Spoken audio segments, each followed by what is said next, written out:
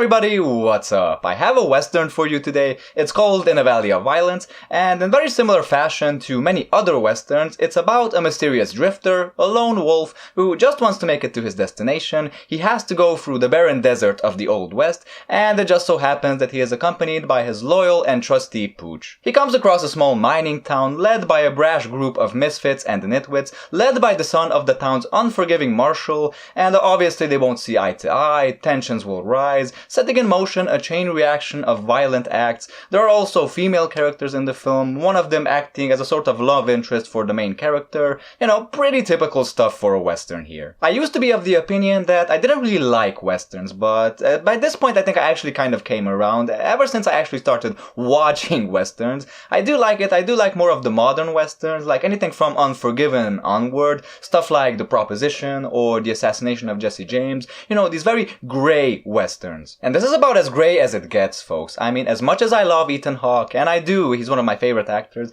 he really made it hard for me to empathize with his character in this film, which was actually kind of the whole point. He is very morally ambiguous. He is a lot more in line with some of the more modern westerns, anti-heroes, rather than with the classic, you know, goody two-shoes, John Wayne type of character. The man has some serious blood on his hands, and he has become a loner more so by choice rather than by fate. He seems to be wanting to do the right thing only as far as himself is concerned.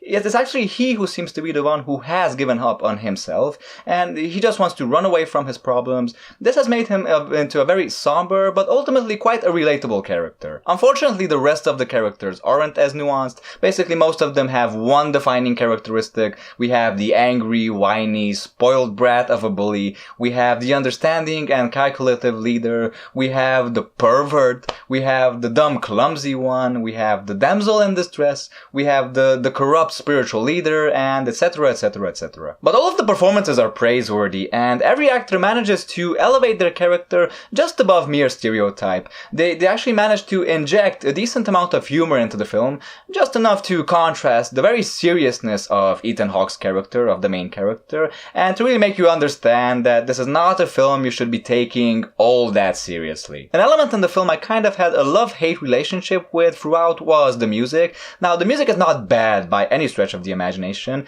It's really good in like adding this element of dread to the film. In certain parts it really felt like it was if John Carpenter had made a western or have scored a western. It's this very ominous, moody, minimalist music that really stands out in the sense that it doesn't blend in seamlessly with what we see on screen. Rather, it kind of tries to be its own thing. I really do think that if this film had different music, or if it had no music at all, like another very good western of recent memory, Bone Tomahawk, I feel that this film would have had a completely different feel and mood altogether. I mean, the music here kind of feels a little bit over the top sometimes, a little bit too in your face. It's kind of distracting. There really seems to be this discrepancy between the visual and the audible elements. Overall, it's good, but I do feel it could have been a little bit toned down. There also seem to be some very strange editing choices from time to time. There is this dream sequence right in the middle of the film that takes place right when it goes completely sour for our main character, and I kind of understand what the scene tries to signify. I think our main character used to fight in the American Civil War. He has killed a lot of people, so he feels a lot of regret, a lot of guilt,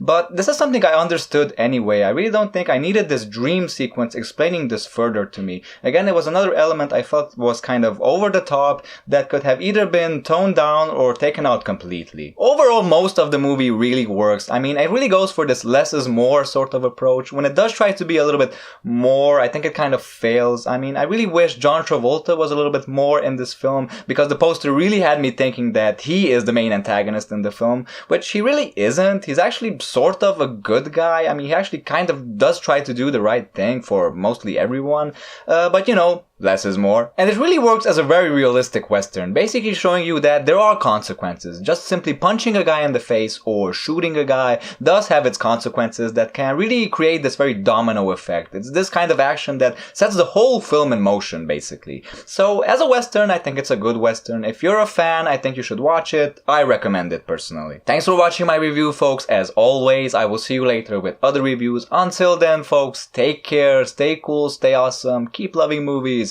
Goodbye.